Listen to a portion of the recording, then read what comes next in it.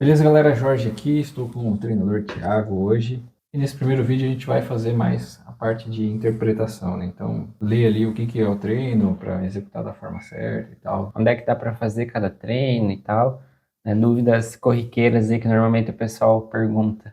Então, vamos lá, galera, vamos explicar, né, esse primeiro treino aqui tradicional, um treino de Z2, baixa intensidade, rodar e tal, né, que todo mundo que treina com planilha aí provavelmente faz, né? Então, tá aqui, né, um treino de Z2, que é um treino próximo ao limiar 1 ali.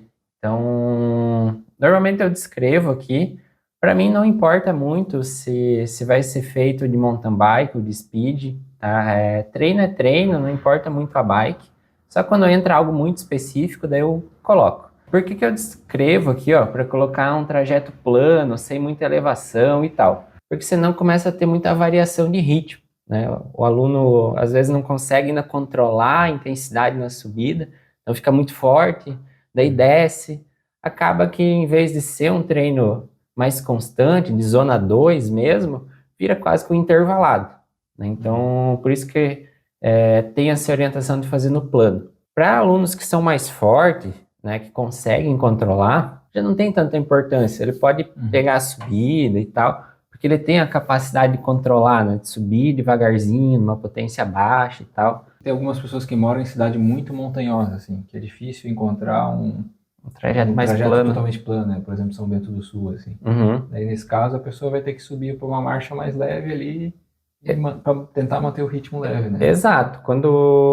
Se não tem opção, né, um relevo que varia muito, quando eu estiver subindo, bota uma marcha levinha, sobe devagar, tranquilo, né? Porque a ideia desse treino aqui não é fazer força, não é pegar com, nem nada.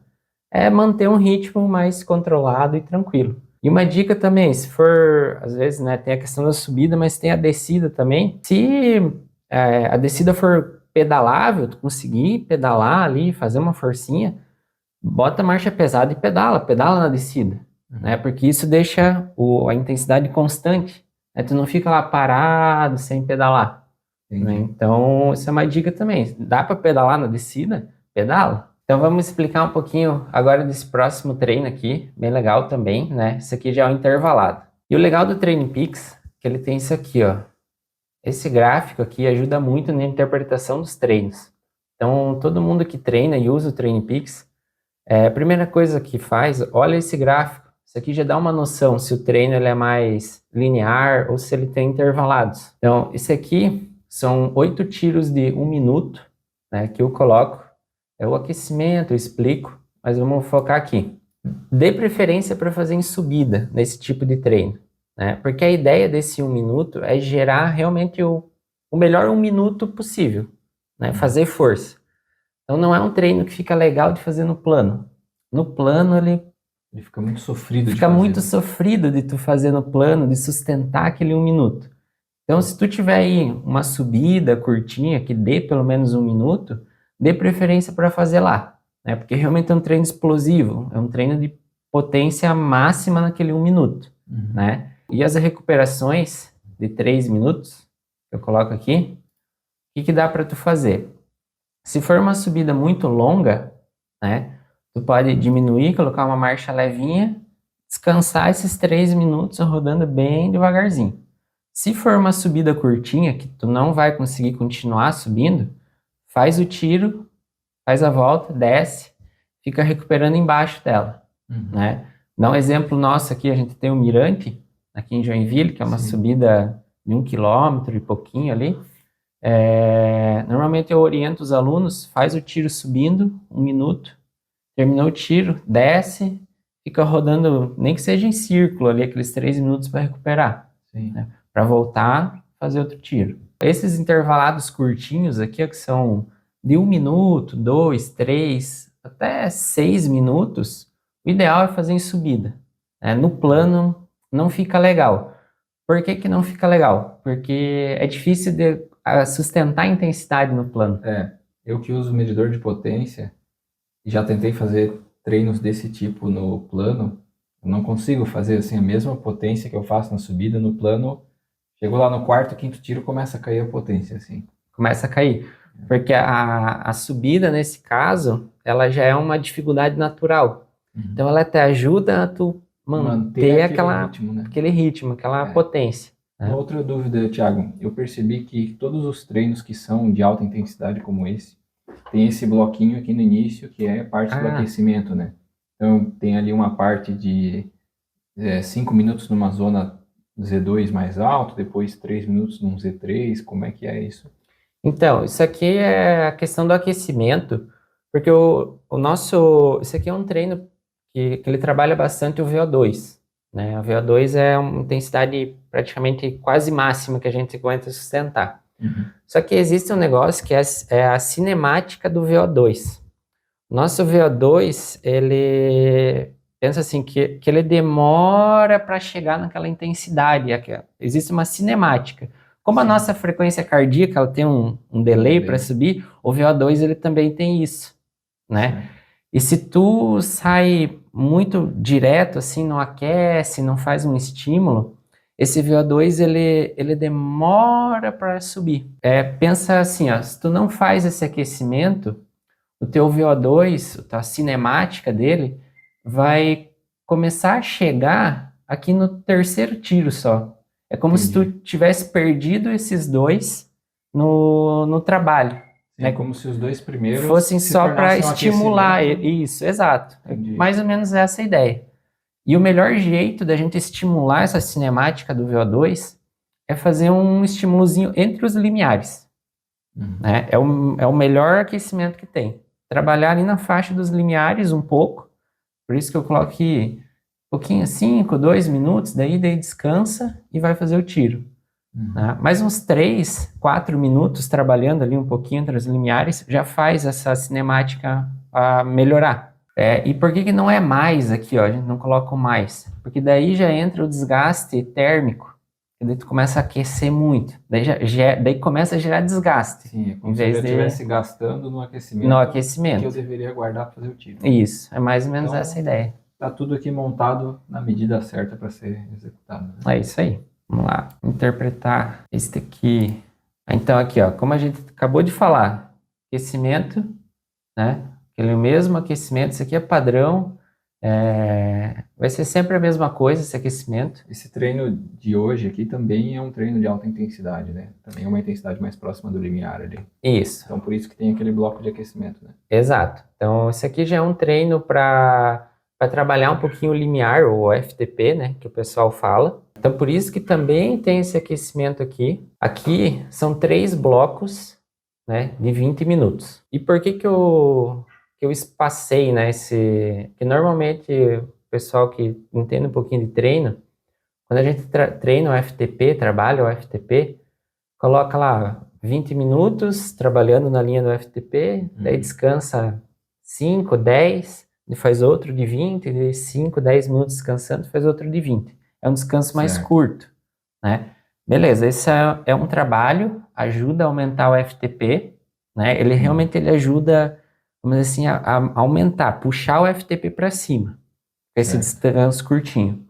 Isso aqui é um trabalho um pouquinho diferente que eu quero fazer. Ele não visa aumentar tanto o FTP, mas ele visa ter uma resistência à fadiga. Então, por isso que eu faço um bloco de 20 minutos, descanso bastante. Faço outro bloco de 20 minutos, descanso bastante. O volume do treino ficou maior e eu quero trabalhar mesmo essa resistência em manter o FTP. Não é nem tanto em aumentar. Entende? São trabalhos um pouquinho diferentes. E daí isso envolve a questão do descanso, né, maior. Então, no caso desse, 20 minutos que eu vou andar no meu FTP, 20 minutos que eu vou andar numa zona 2. Zona 2, tranquilo. Legal. Esse descanso, às vezes o pessoal também não dá bola, mas tem que ser tranquilo. Tem que ser um descanso ali, zona 2, bem tranquilo, não forçar, não querer manter o ritmo.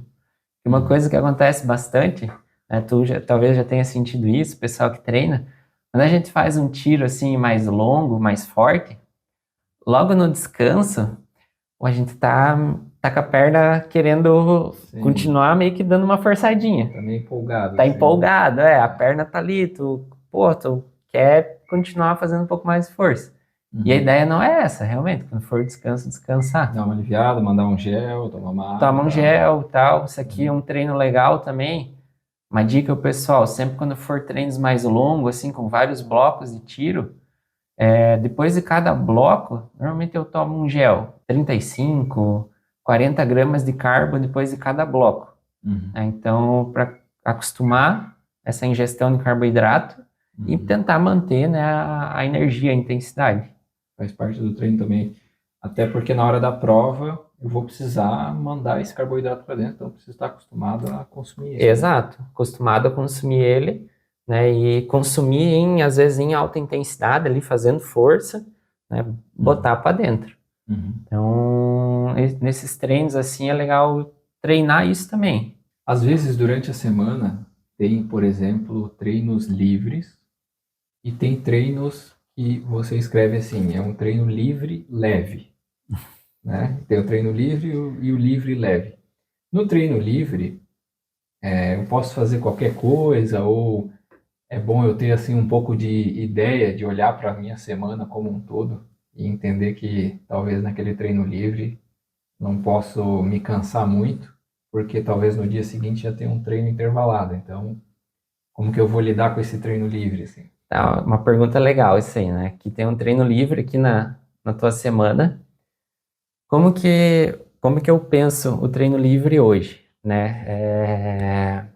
Antes eu até colocava essa questão do, um livre leve, às vezes um livre forte, mas hoje eu deixo livre, né? Não, eu dou autonomia para o aluno fazer o que ele quiser naquele dia, né? Porque também faz bem para a cabeça dele, né? Ter um dia livre, ter um dia, se ele quiser pedalar em grupo, ele vai, se ele não quiser treinar, ele nem treina, é livre. Realmente para ele dar uma desestressada, sair um pouco da planilha.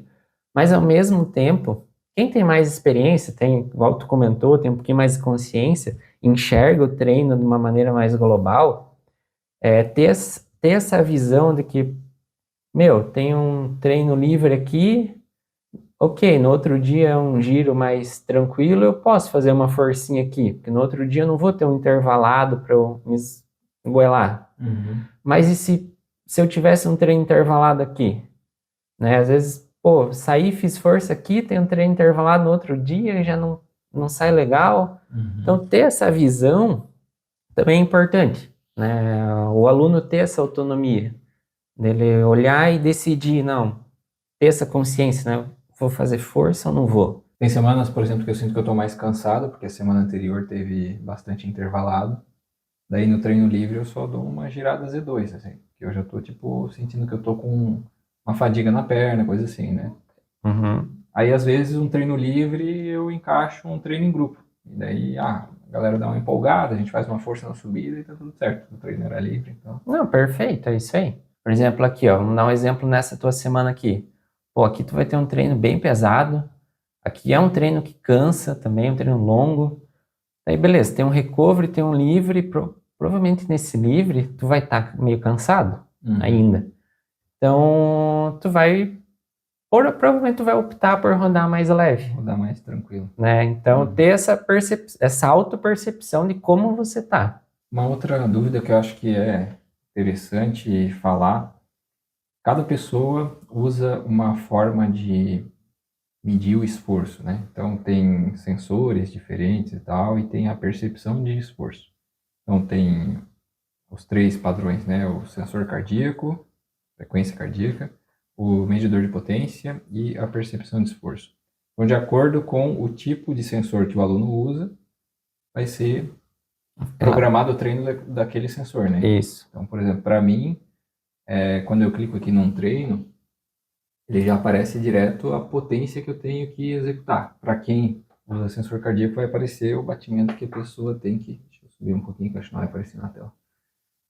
Se for a pessoa que treina com batimento cardíaco, aparece daí o batimento cardíaco. O batimento cardíaco. E quem não tem nenhum sensor, também não tem problema, né? Não Porque tem. a pessoa consegue treinar por percepção de esforço. Por percepção de esforço. Por percepção de esforço, vai aparecer desse mesmo jeito aqui, mas em vez daqui, ó, onde aparece a potência, vai aparecer um número. de 1 a 3, 5 a 6, que ela associa a uma tabela de percepção de esforço, que eu Certo. passo para ela. Vou colocar na tela aí para vocês uma tabela de percepção de esforço, para vocês visualizarem. Isso.